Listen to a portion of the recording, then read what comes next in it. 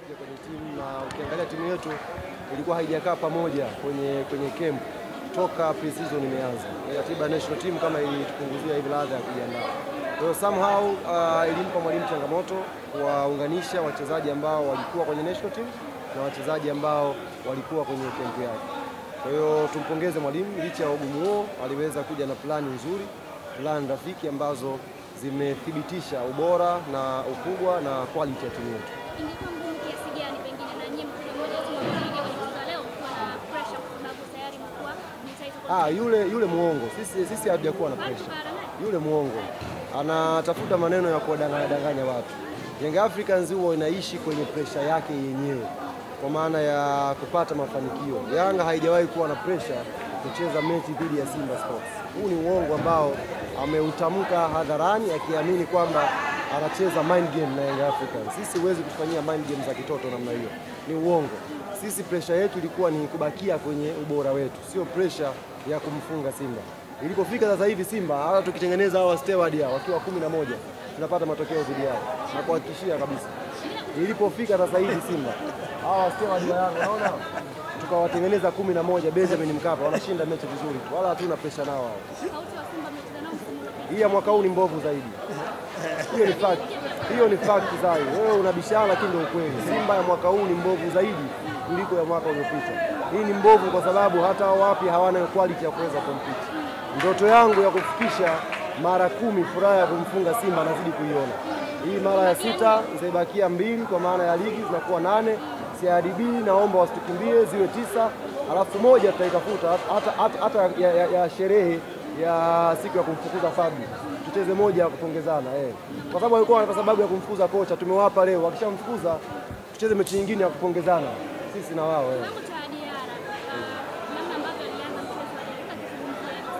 Diara hii ni quality yake. Kwenye mechi kubwa Young Africans tuna wachezaji wakubwa kusaidia kushinda mechi. Hii ni quality yake na ameonyesha utulivu mkubwa. Nafikiri anaendelea kuprove kwamba wote mnaosema Diara anafanisha makipa wengine. Kwenye moment kama hizi Diara huwa anaonyesha ubora wake. Kwa hiyo tunajivunia sana. Ni vile tu kwenye mechi kuna man of the match mmoja. Lakini pia Diara alistahili leo pia kuwa man of the match. Kiwango bora kabisa. Lakini pia Duke Abuya alistahili pia kuwa man of the match. Azizi Ndambwile.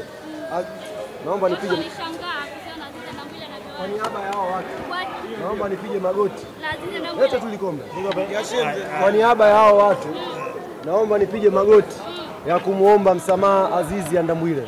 Ndio.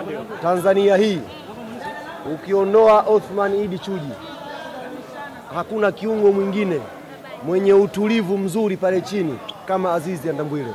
Leo alikuwa anakaba, alikuwa anapasia, alikuwa anaendesha timu, anafanya tackling, anapanga timu yake vizuri. He is one of the best kwenye mchezo wa leo. Nimepiga haya magoti kumuomba radhi Azizi kwa ajili ya Watanzania wote. Nimepokea message nyingi sana lala vipotoka. Huyu vipi? Lakini amewaonyesha na mwalimu kaonyesha nini alikuwa anakiandaa pale Victor kupitia Azizi Ndambwile. Naomba nisimame. Asante. Semaji turudi kwa Dombia. Ukiwaambia kusema Dombia leo amekuwa utavunja ngao. Kulia bana. Unajua ukizungumza ukweli.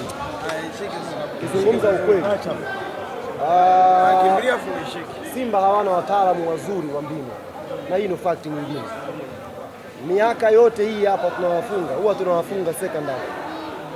Sijui huwa hawajui, sijui huwa hawaelewi, au sijui ndio ule usugu ambao wako nao. Second half lazima tuwagonge. Na leo tena vile kipindi cha kwanza kama Yanga haipo hivi, tukajua tu hawa watatamani second half watarudi na speed hiyo. Tukamtoa Mudathi, ikaingia AI ya mpira. Tukaunganisha timu kutoka chini kuja juu. Tufuatia hapo ni historia. Kwa hiyo ile sabu iliyofanyika ni sabu ambayo normally huwa inafanyika kwenye mechi ya dabi. Aidha aje Mzize, aje nani. Kuna sabu Yanga itaifanya second half kwa ajili ya kubadilisha mchezo. Na always imekuwa kitulipa alhamdulillah. Mmepiga kichwani. Sasa mkawaulize. Maana tuliwaambia nyie mmekuwa sugu. Tuliwaambia mapema nyie wenzetu mmekuwa sugu.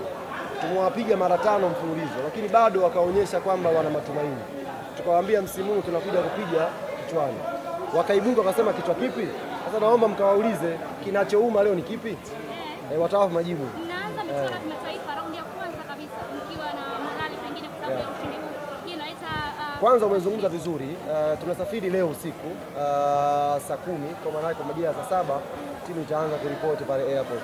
Niliwaahidi leo ndo nitatambulisha wachezaji wa Yanga. Kwa hiyo njoeni pale airport, tutambulisha mmoja baada ya mwingine, sababu watu walikuwa na hamu.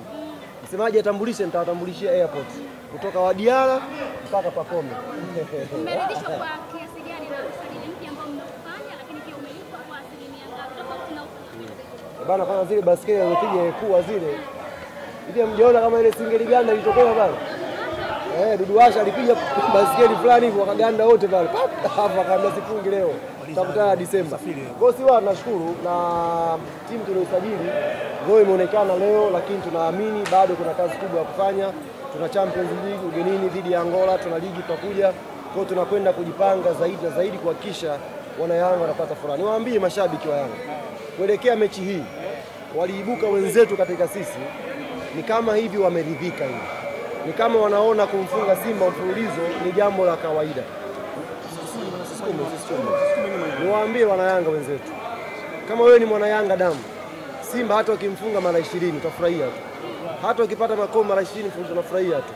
Tuache tabia ya kuridhika na mafanikio. Haya tunayoyapata haya ni madogo kuliko yale makubwa tunayoyaomba. Makubwa ni haya, makubwa ni Champions League.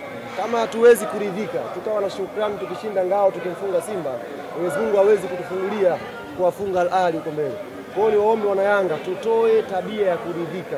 Huyu Simba anatakiwa agongwe mfululizo. Yaani itakuwa ifike hatua mechi ya dabi ikitangazwa, humu tuje wenyewe tu uwanjani. Kuanzia mashabiki mpaka timu. Wasije hapo ndo tutastop. Kama hali imekuwa mbaya. Sasa tunaondoka tunaenda Angola. Ndio shida, lakini niwaombe wana Yanga ambao mtabaki Dar es Salaam, kesho kunyweni supu jamani. Huko kote tu kunyweni supu kesho. Kwani vipi hapa? Yanga nimekwambia mtaani timu yake mwaka huu ni mbovu kompea na mwaka jana. Bora mwaka jana, mwaka huu ndo mbovu zaidi. Ali, moja ya maeneo ambayo mashabiki wa Yanga wamekuwa wakielekea sana ni pamoja na Champions League. Ndio tunakwenda kuanza Champions League, mechi ya Angola na mimi nitafanya vizuri inshallah.